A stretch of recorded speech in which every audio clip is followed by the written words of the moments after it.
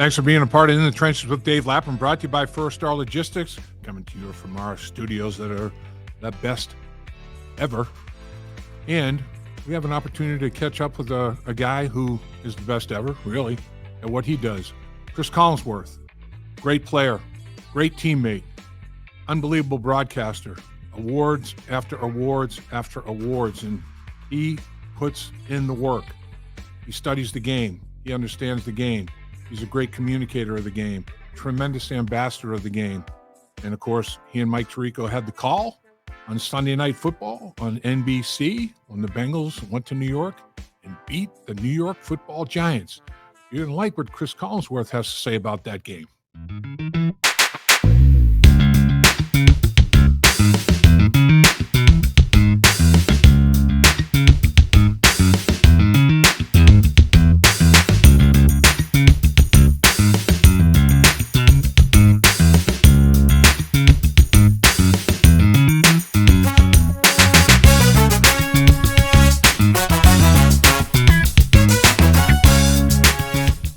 Boy, did you make a great decision to join us in the trenches with Dave Lapham, brought to you by First Star Logistics today, because not only are we in our outstanding studio as always, but we have the man, the legend, Cris Collinsworth, former teammate of mine, I'm proud to say, and an unbelievable football player, multiple-time Pro Bowler.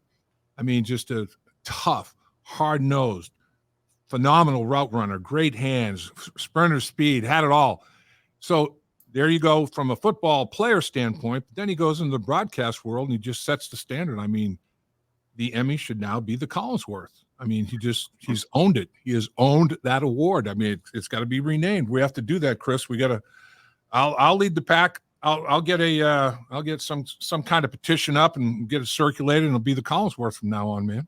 Yeah, I'm sure a few other people would have a few other suggestions of what we could call it. Yeah, so, but oh man, good though. It was good just to see the Bengals win a game. I don't think I was expecting to see quite what we saw last night. It was sort of a weird game, but yeah.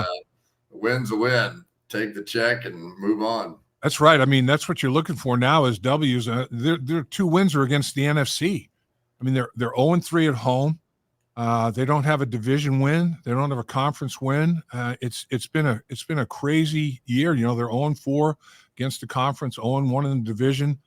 But you got to get wins. I mean, you have to start stacking W's no matter who it's against. But I'm with you. I thought it would be a significantly high-scoring game. And, man, 7-0 at the half, it's like, oh, here we go. Well, especially when it started out as it did, you know, yeah. Joe Burrow for 15, Joe Burrow for 50, and it's 7-0. I go, I mean, really, I was more thinking, oh my gosh, they're going to blow these guys out. It's going to be 40-something to 7, and everybody's going to be watching baseball all night long. But, you know, it was a weird game. And, you know, give credit. I think I was trying to think about it at the end of the game and go, if you were a Bengals fan mm-hmm. and you were looking for something out of this game that really gave you hope, right? Would it be Joe Burrow and Jamar Chase and T. Higgins putting up 40 points and then winning 40-35? Or would it be a defensive battle in which the defense with the returning defensive lineman, Sheldon Rankins, B.J. Hill playing well, Trey Hendrickson playing well? You know, would it be, you'd rather see it be the kind of game that it was, because the defense just simply had to get better in order for them to be competitive. And, you know, the offense is going to bounce back, right? I mean, you know, and it's not a bad defense. That was a team that came in leading the league in sacks. So, and that showed up last night too. Yeah, it sure did. I mean, they are, you watch, and you've done this obviously forever as well. I mean, I watch tape and it's like, man, they look pretty. And then you see them in person. It's like, oh man, they are legit. That's the real deal. And that they kind of struck me that way. I saw them in person and saw their aggressiveness and their explosiveness and, you know, overall athleticism. I'm like, man, they're a pretty good football team. And the Bengals committed resources inside to control, you know, Lawrence. But then they got hurt on the edges a little bit. You know, Orlando Brown he overset and opened up the inside door there for Burns. And but the edge guys hurt the Bengals a little bit more than I thought they might. But I thought as a group, man, Ojulari, I mean, all those guys can play. They're all good. And of course, they didn't even have Thibodeau playing. Right. So, Right. But it was Brian Burns. We know what he is, and he got paid accordingly. He got $141 million out of a deal. So we knew he could play. Right. And Ojulari, you go back to his rookie season, and he had 8 sacks and 8 tackles for losses. So he's had 13 and a half sacks the last 2 years, but a lot of injuries, a lot of in and out. He only played in 18 games the last 2 years combined with a lot of different injuries. But the guy that makes the whole thing go is Sexy Dexy Lawrence. You know, he's that guy inside. And we saw a little bit of it from the Bengals. When you get those inside rushers, what it does for the outside edge players. But Lawrence now has 7 sacks, and with Aiden Hutchinson, you know, going out yesterday, unfortunately. Right. You know, Lawrence is either in the lead or close to the lead. I haven't looked at the stats yet, but you know, it's a good team. It's a good, solid football team that played it pretty safe and pretty close to the vest because the Bengals offense, you know, didn't have those big breakout plays. And so they just never had to, you know, attack. They never had to try and blitz and play man coverage against the Bengals receivers. Right. And the Bengals, a big difference in the football game, the Bengals had 5 plays of 20 yards or more. Their 2 runs, 47 for the touchdown for Burrow and 30 by Chase Brown for a touchdown. 2 explosive runs end up being scores. They had 3 other plays that were, you know, between 24 and 30 yards. 29-yard catch by Yossi Vash was a big play. And, I mean, Burrow's touchdowns on 3rd and 18. Yossi Vash's 3rd and 12. They do a better job on 3rd and 10 or more than they do on 3rd and 1, man. It's crazy. There is something to be said for that. And, you know, Joe, give him credit. It was, you know, he got whacked a lot. He got hit in that game. Yep. But you take away some of the plays that he got out of. Ojulari one time in the, you know, backed up on his own goal line, came in and I think was afraid to draw a flag by throwing him to the ground. So he kind of backed off. Burrow escaped and threw the ball, you know, and able to get an incomplete pass out of that. But there were a lot of plays where his movement kind of won the day and really kind of saved them. So it was 2 teams that played pretty similar. You know, it was neither one of them I thought took many chances on defense. They left plenty of people back on the back end, and there just were not those big explosive plays that sometimes, you know, can change a game. And then the Bengals got a little lucky. Darius Slayton caught about a 50-yarder. They had Andrew Thomas downfield and on RPO, but you know, it was a weird game. It was just a weird game, but one that I think at the end of the year, you may look back on and say, if there's a game that sort of turned the Bengals season, it was one of their worst games on offense, but absolutely their best one on defense. And then I thought the other area, you know, you have to have 2 out of your 3 phases compete at a winning level. And I thought special teams competed at a winning level as well. Bengals offense, I'm not saying that they didn't perform well enough to win a football game, but it was not the level they'd been performing at. Defense exceeded where they'd been, and special teams really stepped up as well. I mean, I thought, you know, the height of those punts by Rico was just unbelievable, and Tyson Anderson was great as a gunner. 2 big tackles. I mean, there was very minimal yardage in terms of returns. I thought the Bengals special teams handled things pretty well as well. Well, and McPherson too, after coming off of, you know, which was a horrible way to end the game when they just had to kick a 50, whatever it was, yarder, and they can't execute the snap and the hold. You know, I saw Evan on the field before the game, and I was like, and I can't believe in that moment we can't execute and get the thing down on the tee and give you a chance. You know, that's all you can ask for out of that kid because he's been so clutch in the big moments. But you know, it's a long year. 17 games is a long, long year, and nobody's really running away with it right now. You know, Pittsburgh's had a good start. The Ravens have had a good start, but the Bengals know they can play with the Ravens. Should have probably won that game. So there's a lot of things to feel like, hey, this team can definitely compete. Amarius Mims is going to be a good player for them. Orlando Brown, you talked about, got beat on that one. But overall, what we have seen are PFF numbers. He's made a major upgrade. He's much more upright in his stance. He's not getting overextended as much. He gave up the one early one to Brian Burns and then settled back in and played pretty well after that. So, and there's enough weapons on this team, Gesicki and even Eric Hall coming out, Yossi Vosh, to take the heat off of Chase and Higgins. And so they're going to score points. You just know that. I just thought from a defensive standpoint, it was one of those, they had to have it. Right. I mean, and you look at it, the longest play they give up is 15 yards. That's pretty impressive. They gave up 4 plays of 15 yards, but man, that's playing pretty solid defense. And I think at every level, the execution was a whole lot better. You look at the next matchup against Cleveland, and all you hear up there is, man, quarterback's killing us. And at some point, we know what it's like in the locker room, Chris. I mean, at some point, it's like, what the heck are they doing? I mean, when is management and ownership, and when are they going to let the coaches make a move that everybody knows they should make? I mean, what have you heard out of Cleveland? You watch them play every once in a while, and it's a hard one, that when things aren't going well, generally what happens is either the quarterback gets benched or the coach gets fired.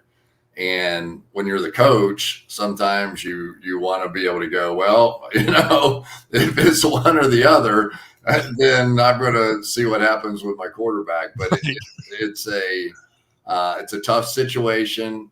They made a decision, a controversial decision. It hasn't gone well for them. But we also know that Cleveland's one of those teams that plays Cincinnati tough.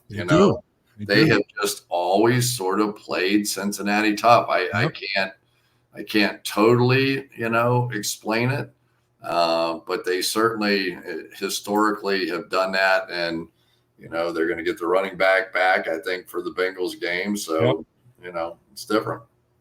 Yeah. I mean, and you look at the Bengals had Chris Jones, Dexter Lawrence, and now all you get is Myles Garrett. It's like that's what life's like in this league. There's always a game wrecker that you have to make sure that you somehow corral and control a little bit. And Myles Garrett, man, he's as good as anybody, isn't he? He is arguably better than anybody. He was the defensive player of the year last year. Of course, in this division, you go Garrett, you go Watts, it's just brutal trying to just make your way through. And then Baltimore is going to throw everybody at you. Yeah, true. So, they came close to knocking off the Eagles yesterday. It was, the Eagles made a couple of big plays that really sort of saved them in that one. So I don't know. I've given up on trying to figure out what's going to happen in this league, who it is that's going to come out. But the one thing I do know is that generally September doesn't mean a whole lot. September is what preseason used to be as far as teams getting ready. Now nobody wants to take a chance on losing a player. So September is not good football. It's just not. And now we're into October, and I think the teams with good coaching, good quarterback play, all of a sudden they come to the fore, and now you begin to find out who everybody is. I know that you took conditioning and keeping yourself in peak shape seriously. I mean, your speed was always there, and that's work, to maintain that. Joe Burrow really dedicated himself this offseason to putting on some muscle, and he ran a ton, man. And it showed up on that sprint, the 47-yard sprint to the goal line. And you talked about the hits that he took. I think the physical stature right now of Joe Burrow was helpful in that regard as well. I think his offseason efforts and dedication and work, has paid off for him. I really do. Yeah, and you hope what he says is true, that he's still working through. We talked to him before the game, and he was saying that my wrist is still, it was just like my knee. When I came back from my knee, I could play, but it just wasn't, those ligaments weren't quite the same. And we had a lot of shots of him before the game. He was, after every throw, he's taking his wrist and rolling it around and doing, all that kind of stuff. Right. But, he says, still not coming out of my hands the way that I want. And he took up piano in the off season so that he could work on his dexterity with that wrist in his hands. And he's just, it was so funny. We were interviewing him and, it was just on Zoom. It was before they left. We were already in New York, and we got off the call and he walks out of the room, and I turned to the other guys on our team and I went, I'd like to be as cool as that guy just for like 15 minutes in my life, just 15 minutes. He's an amazing young man. And, the fact that he's from Ohio and kind of close to home. I don't think we've really seen anything quite like that since, Pete. He's a Pete Rose kind of once in a generation local guy that the city really embraces. And it's been fun to watch. Really has. I mean, his poise is just remarkable. It's like you just can't rattle the guy. He always he's always calm demeanor. I mean, and we know that's how significant that is when your quarterback has that type of mindset and exterior, and you're in the huddle looking at him, you're like, hey, we're good. Look at him, man. We're fine. Everything's cool. There's no problem here. Yeah, and when he gets hit, and he got hit, and they took him to the blue tent and the whole thing. And I saw his press conference after the game, and he said, I was walking off the field, and they said, you got to go to the blue tent. And he was like, why? He said, they said, you got a concussion. And okay. And he walked over to the tent, and then he walked back out. It was like nothing phases this guy at all. It's just hilarious. But you're right. Even when he gets hit as an offensive lineman or as a receiver, to see the guy just get up, right? Yeah. I mean, as a quarterback, sometimes it's your job just to get back up, get in the huddle. If you have to hand it off 6 straight times to clear your head, you do that. But the guys that sit there on the ground and all it does is fire up the defense, and it makes your offensive line look bad. So I think that Joe has proven the toughness, and maybe that offseason work is paying off and just keeping him on the field. Yeah, I mean, to me, it's like every single component of that football team, coaches, teammates, everybody should dedicate themselves to making sure you do not waste a year with Joe Burrow. I mean, I'm thinking the numbers he was putting up in the last month, and they're not winning football games. I'm like, man, you just can't do that. This guy's like, ripping the league apart and still, can't win close football games, man. Everybody, come on, guys. Let's support this a little bit, man. Let's up the ante a little, man. It's crazy. I never probably fully understood, and you probably did better than I did, the power of having those interior rushers in such a way. When I was watching the game, of course, the Giants are built around Sexy Dexy. Right. But, to see Hill, his pressure led to the interception. His pressure, I mean, just throughout the course of the night, and Sheldon Rankins had the one great rush and really quick elite move that he made in down around the goal line down there, that you get those kind of guys and you can't step up in the pocket as a quarterback. And then the difference that Mike Hilton made in that game last night as well. It's not, I don't know that Mike Hilton is the greatest athlete, but intellectually you could just see decisions that he made that weren't there a week ago against Baltimore, and how much he was missed. Cam Taylor-Britt had some nice plays. I think he still struggles a little bit on those stop routes on the outside. But the play of night may have been DJ Turner on that 4th down, coming and undercutting that crossing route to get him off the field, and knock that ball down. And he looked like he got beat a little bit on an out and up, and just so fast he caught up to the play. And so there's real hope in what the secondary's put together, despite the fact they lost Dax Hill too. Yeah, it's the game. The game is like you said earlier. It's a marathon. It's not a sprint, But and the Bengals are in the early stages of it. Cris, I can't thank you enough. I know if there's if anybody in the world thinks that they're busy, they ain't seen nothing until they see your schedule. I mean, during the season, I don't know how the heck you do it. We were talking before we went on the podcast about, I mean, I don't know how you guys do it every single week, this Sunday night stuff. I'm a mess, man. I'm going to be messed up for like 48, 72 hours. It's killing me. How do you do it? I tell all those quarterbacks that come in and want this job, I tell them the same thing. You know who cracked the code on it? Peyton and Eli. They cracked the code. So Peyton would call me and go, "Yeah, tell me about doing the games." All right, dude. I go, first of all, you're going to go from 8 home games a year to road games to 23. Now, instead of studying one side of the ball, the other team's defense, you're studying all 4 sides of the ball, all the special teams. You got to know something on all the owners, all the coaches. I mean, it's a final exam every single week, and it's 2 new teams. It's not like, well, for Brady, they do this to Cowboys every week, but for everybody else, it's 2 new teams out there. And so what did Peyton come up with, and Eli? They sit in their basement and watch the game with a bunch of people they know and like. And I'm like, this is sick, man. How did you guys it's amazing. Those guys are so far ahead of the curve. I'm telling you, man, they are. And I mean, throw Archie in the mix. What a family that one is. Unbelievable. I know. It's been fun to watch. Chris, as always, you're the best. Appreciate you carving time for us. And I know everybody has enjoyed, and everybody will continue to enjoy everything that you do, my man. Appreciate you, Dave. We'll see you soon. Dave Lapham here, and every day I am grateful for my experience to have played professional football. As a player, I realize self-motivation, leadership, and appreciating your teammates are key. At First Star Logistics, you can use those same attributes to create the life you want for you and your family. Build your future by working hard like I did. You'll see results both on and off the field. Call First Star Logistics today and be part of our winning team. Opportunity knocking.